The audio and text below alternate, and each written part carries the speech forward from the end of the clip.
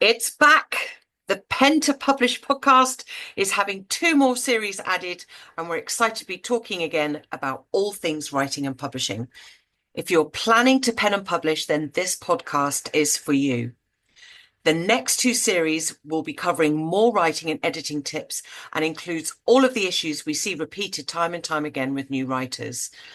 The feedback from the last 6 series have been so positive, and we are being listened to as far-flung from Australia and Qatar, and now obviously Canada too. We're really excited to be coming back and bringing you more wonderful pen and writing info. Ready for your weekend listening. I'm Alexa Whitten, author, typesetter, and independent publisher. And I'm Alexa Tewkesbury, author, editor, and proofreader. Now, we have lots of writing resources for you, which can be found on our Pen to Published website, where you'll also find all the show notes and guest information for each episode too. There's also our Writers Refinery Facebook group, which you can join. If you just look for the Writers Refinery, this is a great place to meet and interact with other writers and authors, and we'd love to see you there. And we also love getting feedback because that really helps with our rankings. So please do leave us a review on whatever platform you're listening on.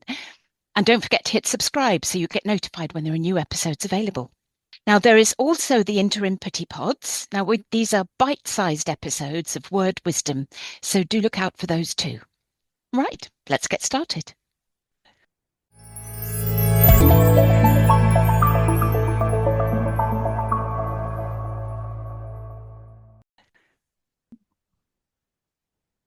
hi, and welcome to episode 7, the penultimate episode of series 7 of the Pen to Publish podcast with me, Alexa Whitten, and Alexa Tewkesbury.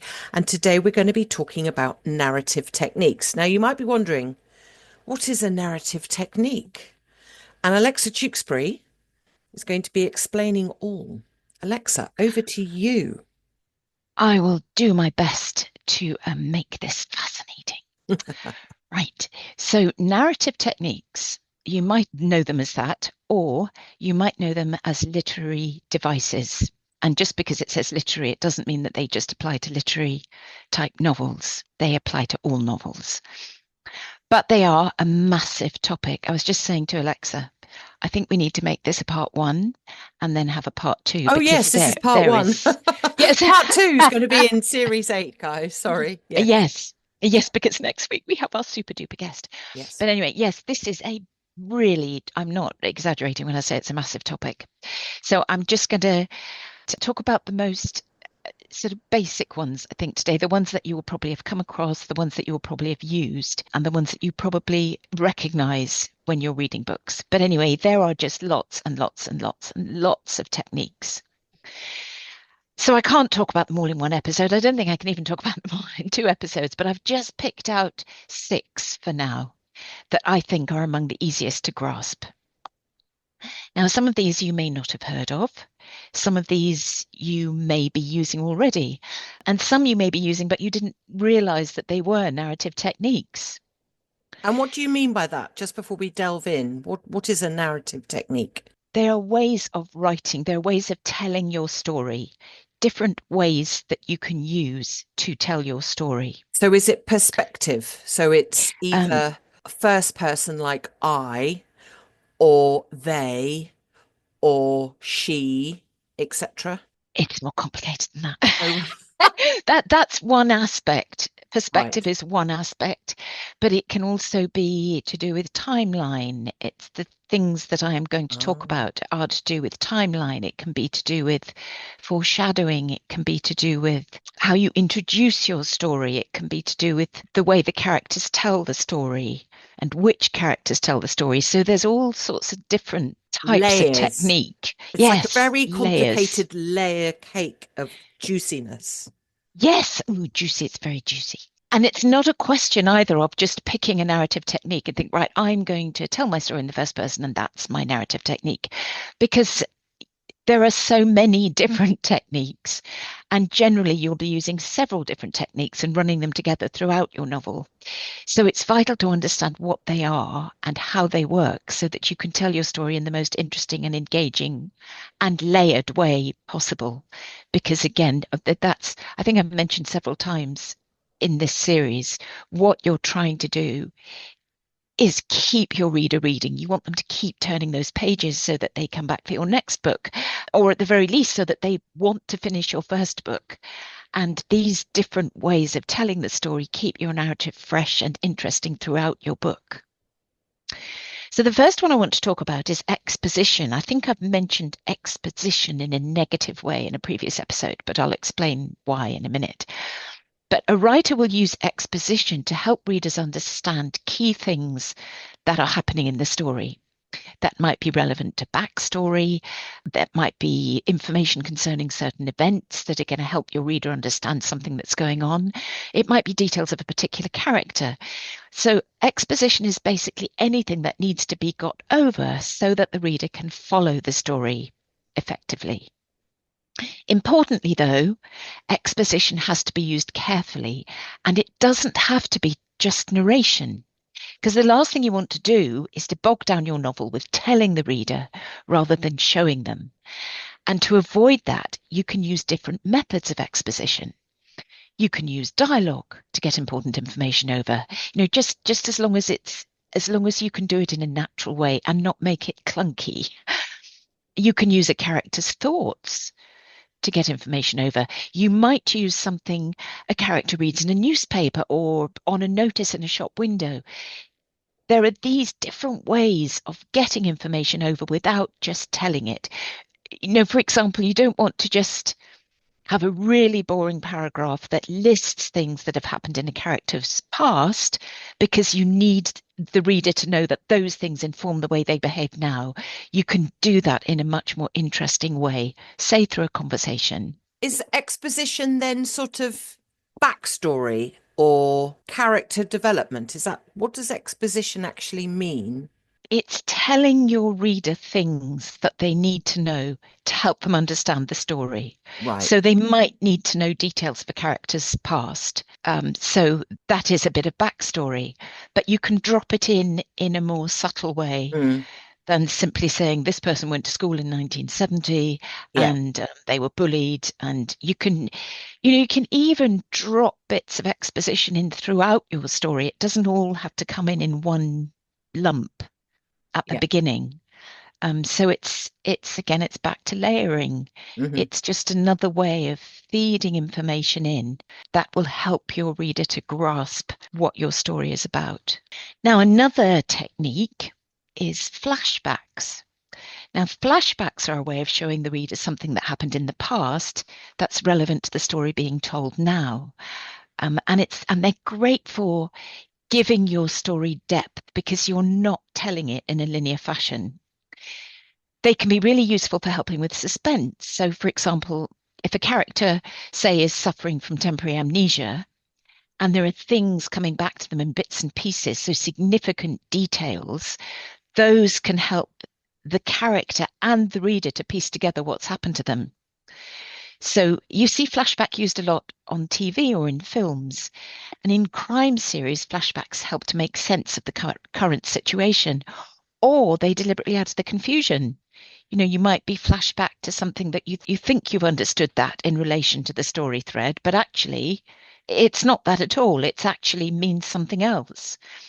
And what I've seen quite a lot, I think, in detective, or certainly in detective drama on television, is diary entries. They're a great way to show what's happened to a particular character in the past, what they were doing, say, the day before or the week before a certain incident. And they're also great for adding this depth to your writing because you're getting the reader to jump about in time, which is making them work and making them figure things out for themselves as well.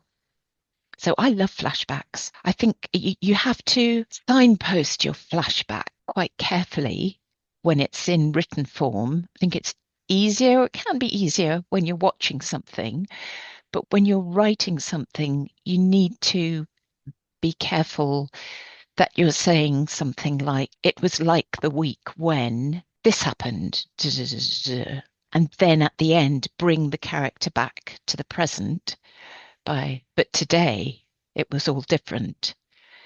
So it's just making sure that you're signposting the reader so that they understand you've gone back into the past. I have seen it done actually by using italics. So the section where you're flashing Yeah, you back. see, I was just about to say that Oh, that annoys me when they do that because it's almost too obvious. I don't like great pages of italics. Yes, it's that. I mean, that's a very common way of showing a flashback. I think you need to be careful with a flashback, though, that you don't again get lazy and use a flashback three-quarters of the way through the novel to tie up all the loose ends that you've got that then solves whatever it is, the dilemma. I agree that flashbacks are very powerful and when used correctly are very good. I actually quite like flashbacks that aren't obvious. And I'm sure I've read a book and I can't remember what it was, where the flashback was not signposted at all, but it wasn't until you got to the end of the book that you realized, hang on a second, how does that work? And then you realized big parts of the novel were flashback, but you didn't realize it. And then it kind of made oh, sense. that's clever. But yeah, I don't like using flashbacks when it's a lazy way of sorting out everything at the end of the book. No, I think the way to use them is very piecemeal. So it's not the solution. Oh, I see, because that happened. Yeah. It's more clues. Yes. It's more a way to drop in clues. Mm. I think Yeah. that's perhaps a better way to Yeah. think of flashbacks. Yeah. And then similarly, there is something called foreshadowing. Now, this is where the writer gives the reader some kind of sense of what's to come. But it's not explicit, it's implied, so it's hinted at. If a character, for instance, maybe hates a certain color, but they don't know why they feel that way. It just that color represents something bad for them, but they don't understand why. Now that's a signal to the reader that if when that color crops up for some reason, it's not necessarily going to be good for that character. It's kind of a way of, well, the word foreshadow is a bit almost doom laden. Mm. It's almost a way of dropping in that, okay, this isn't going to end well type of Mm. feeling, which again I quite like because then there's a suspense in that, isn't there? Like, oh, Mm. when is this going to happen? How's this going to work out? Because obviously there's something really wrong there. And I quite like that sense in a book. Mm. Okay, so now point of view. Uh. Point of view can be tricky Mm. because if you're telling a section in a point of view, you need to stick with that point of view. Otherwise, you can get what is called head hopping, where Yes. you're inside one character's head, and then suddenly out of the blue, you're inside another character's head, and it's like, oh, hang on a minute, and it completely disrupts the Mm. story for the reader. Now, the point of view. This is the perspective from which the writer tells a story. So it's the perspective that's given to the reader. And it's so important to get this right. You want to tell your story from the most effective perspective. You almost want to ask yourself, who alone of all my characters is the best one to tell this story? Making that choice obviously involves some character planning so that you know who your main people are, or main animal is, whatever your characters are, your protagonists, who the main protagonists are. Now, you might be very clear from the outset whose point of view you want to tell the story from, but it could be that when you outline your characters, you might be surprised and find that you could actually tell the story better via a different character. Now, there are different types of point of view as well. So perhaps the most common are first person, where you're writing as I am the one telling the story, and third person, where you're using he, she, or they. But to make it more complicated, there are also two types of third person. narration. There's third person omniscient and there's third person limited. Now, third person omniscient is where you can write about the thoughts and feelings of all the characters in the story. Third person limited is the perspective of just one character. So although you're still writing as he, she, or they, it's from the perspective of just one of those characters. Now, I don't know about you, Alexa, but I find it easier to relate to and become involved with first person or third person limited writing. And I think as a reader, it feels as though in those, when those techniques are used, you really get under the skin of the storyteller, much more than if you're privy to like everyone's thoughts and feelings. I find I don't feel the same connection with the characters if I'm not being told the story through One of one them. particular person. Well, Jane Austen, I believe, was the third person omnipotence. She Omniscient. omniscient. Omniscient. And she was brilliant at it. That's, I think, probably the hardest because, like you said, I struggle sometimes with the first person because if I don't like the narrator, then I don't want to like the rest of the story. Do you remember last Mm, week I was telling you about this particular series of books that I was reading and the character, this character was perfect. Well, she was telling it from a first person perspective. And because I didn't particularly like her, I was like, oh, I prefer third person limited myself. And obviously, I know I mention him a lot, but Lee Child, actually, he jumps between first and third limited. He's quite interesting, Lee Child. So his protagonist is Jack Reacher, and his books swap between third person mm, limited and first person. Now, because I like Jack Reacher, I don't mind reading a book first person because I like the character. But if I don't like the character, then I don't like first person. It's interesting, isn't it? mm. I think maybe we touched on it last week about you need something in your characters to be relatable. Somewhere there has to be something that's likable. Maybe it's a flaw or a weakness or something that you recognize in that character that makes you feel some kind of empathy for them. So I think in that book you're talking about, where the main character was perfect, I think that's a flaw in the characterization. Definitely. Even in a bad character, I think you want there to be something, just something that you can find some little bit of sympathy with or empathy with or Can you explain, and I know I'm putting you a little bit on the spot, the difference between head hopping and third person omnis?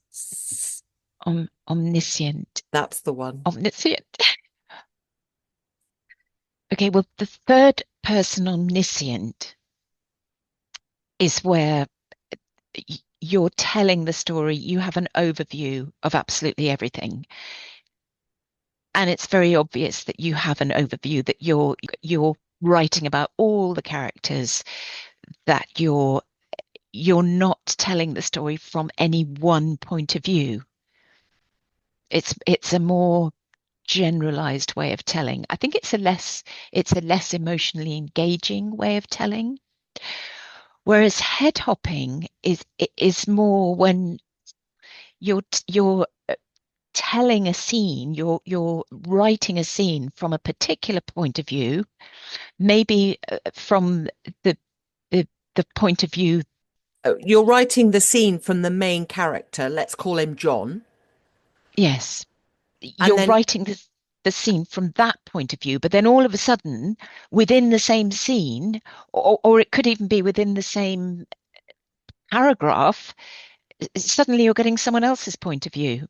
And it's very jarring when you read it.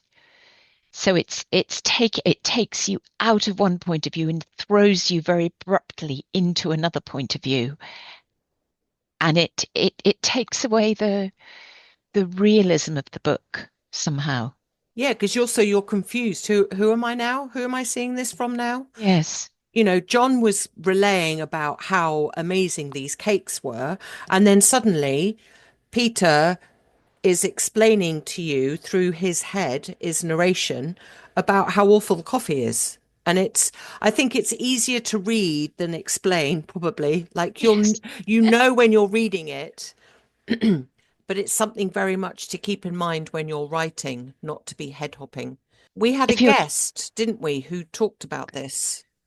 yes, Louise Harmby, a brilliant editor. She's written posts about it as well, and she's very good at picking it up. But I think if you've got one character as your focus, don't suddenly shift to another character as your focus, Mm, because it just disrupts the narrative mm. completely. With the omniscient narration, you're not holding on to any one perspective. Got an overview of everything. It's like you can mind read everybody.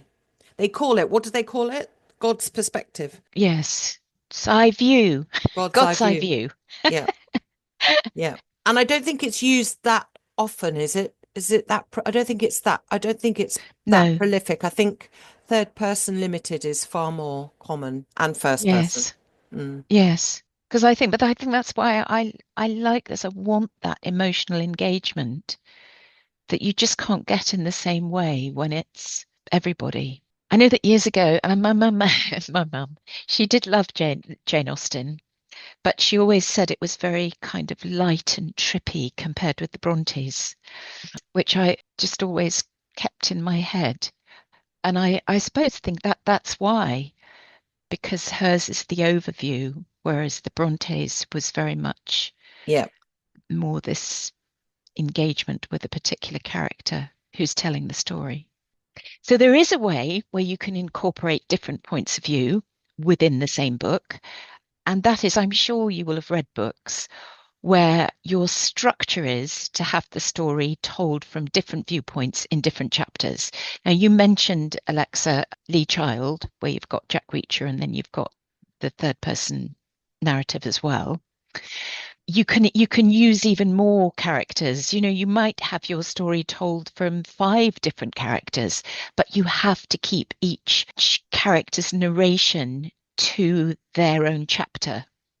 And authors will head the chapter with the name of the person who's telling this section of the story. And that's a great way, as I say, to get different viewpoints and different thoughts, and also to convey the kind of internal differences between your characters. But it's just making sure that you've sectioned them off adequately. So doing it in one chapter, that's one person telling it. Then the next chapter, that's another person telling it. But that is a way to get under the skin of several characters within one novel. Now, the other one that I like, but other people may not like so much, is the unreliable narrator. This is where your narrator is designed to mislead the reader. So it's almost like an ongoing red herring. Now, you might, for instance, have a book where the killer is telling the story, but it's not until the closing chapters that you realize they are actually the murderer, because they've just been relating it and as if they are an outsider. And then it turns out they're not. They're right in the thick of it. And again, I think that's really clever. I think Sophie Hannah has done that, certainly in one book that I've read of hers, one crime novel. And I do think it's just really clever because it's like, oh my word, I did not realize that this was going on. Then the last one I wanted to talk about is the frame story. Now, this has echoes of flashback in that the narrator can kind of tell their story within a story. So it might be used at the beginning or at the end of a story. And those sections, they're kind of like an introduction or a conclusion. And then there's this, the main story is what happens on either side. Mm, So in Rebecca, mhm. this happens at the beginning. So in dreams and in thoughts, the narrator is cast back into the life and the world of the story that then goes on to unfold in the book. And those couple of chapters at the beginning are the way that Daphne du Maurier enters that story of Rebecca. And again, it's a technique that adds real depth to the writing because you're beginning, I mean, with Rebecca, you're beginning in the present. This person is looking back, and then she takes you back and takes herself back into that past, and that past becomes the present. And it's just a really interesting way in. And I suppose you could then complete the frame, and the last chapter could be where you're back in the present again.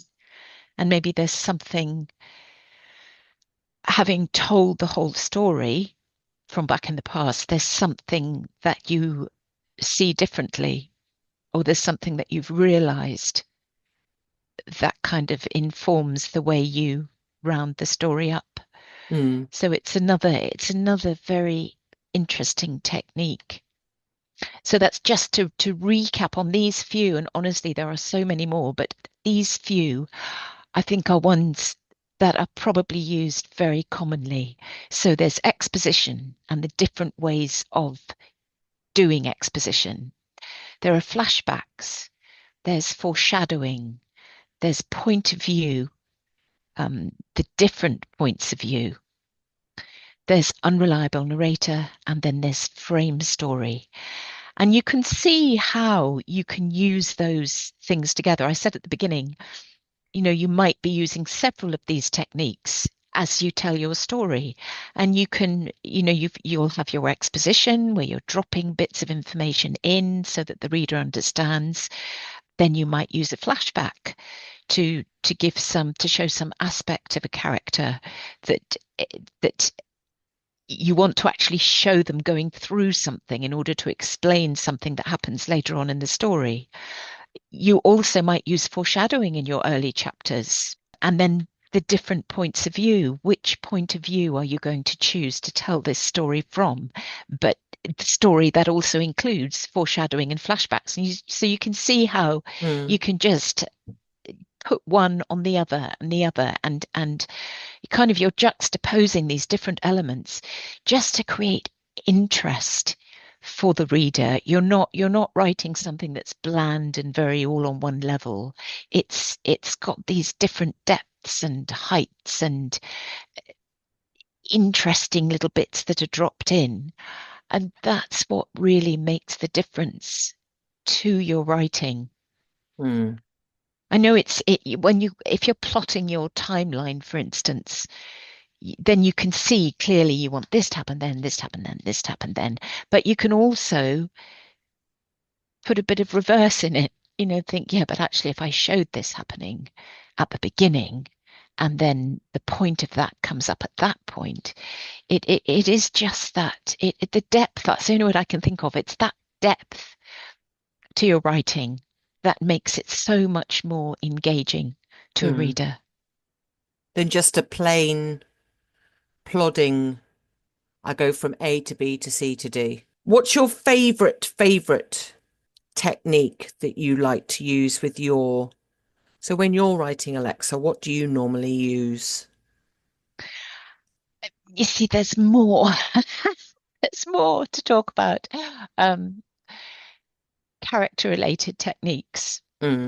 So your character development, we talked about character arcs last week, the journey that your character takes. I like show my character on a journey. I enjoy things that are very character led, I think. So I think it's the characters that are important to me, that have the interest for me. It's the same when I'm watching television. It's the characters. I'm not interested really in films full of flashy special effects or animation. It doesn't grab me. But I think the character is where it's at for me.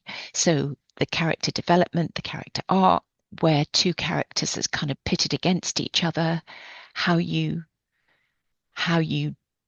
develop those aspects of your novel. I also do like flashback, and I do like the unreliable narrator, but I've not used those in my own writing. I just enjoy them in my reading. And talking about unreliable narrator, what are we going to now mention about who we're going to be speaking to next week? This is very exciting. I feel as though there should be a ba ba ba ba ba fanfare. Drum roll. We are talking to the incredible author Sophie Hannah next week. Very. Sophie Hannah started out as a poet, and she went on to begin writing crime fiction and mysteries. She has her own contemporary crime series. She has standalone mystery crime novels. She was also commissioned to write the new Poirot novels. I think there have been 5 of those now, potentially a 6th one on the way. She's just a master of crime, and she's also amazing as a writing coach, not so much a writing coach, but as a writer's mindset coach. She has brilliant thoughts on how to help writers with their mindset, and she has a program that she will talk about as well. Not a TV program, a writer's mindset type program to help writers approach their writing, approach their querying agents, just the whole thing of writing and how to keep their mindset positive throughout that. Um, so she's absolutely brilliant, and you will love her. So looking forward to having her as a guest. We did try last year to scoop her up, but unfortunately she was very busy with other projects. But now Alexa Tewksbury has managed to get her to come and talk to us and you lot. So we're very, very excited to have Sophie Hannah as our guest next week. And with that, Alexa, thank you for dipping our toe into narrative techniques. I know there are many more, which you will be explaining in series 8 in part 2. But for now, that is everything for today's episode. And next week, as we've said, we'll be speaking to Sophie Hannah. And I'm really hoping that, I mean, Sophie Hannah has a dog, and very often you hear her dog in her webinar recordings and things on her program. So I'm assuming that's okay, because I am getting a dog this weekend. And so I might potentially be slightly disrupted during the interview, but hopefully not. Hopefully by the time we do the interview, it'll all be fine. Yes. And I have a dog here that belongs to my mum, but he's very well behaved and doesn't come and interrupt. So we've all got Oh, dogs. lovely. We are all. Anyway, right. Thank you, Alexa, for explaining some of those. Let us know which one is your favorite technique. We'd love to know that. And in the meantime, carry on writing, keep going, and we'll see you next week. Take care. Bye-bye. Bye-bye.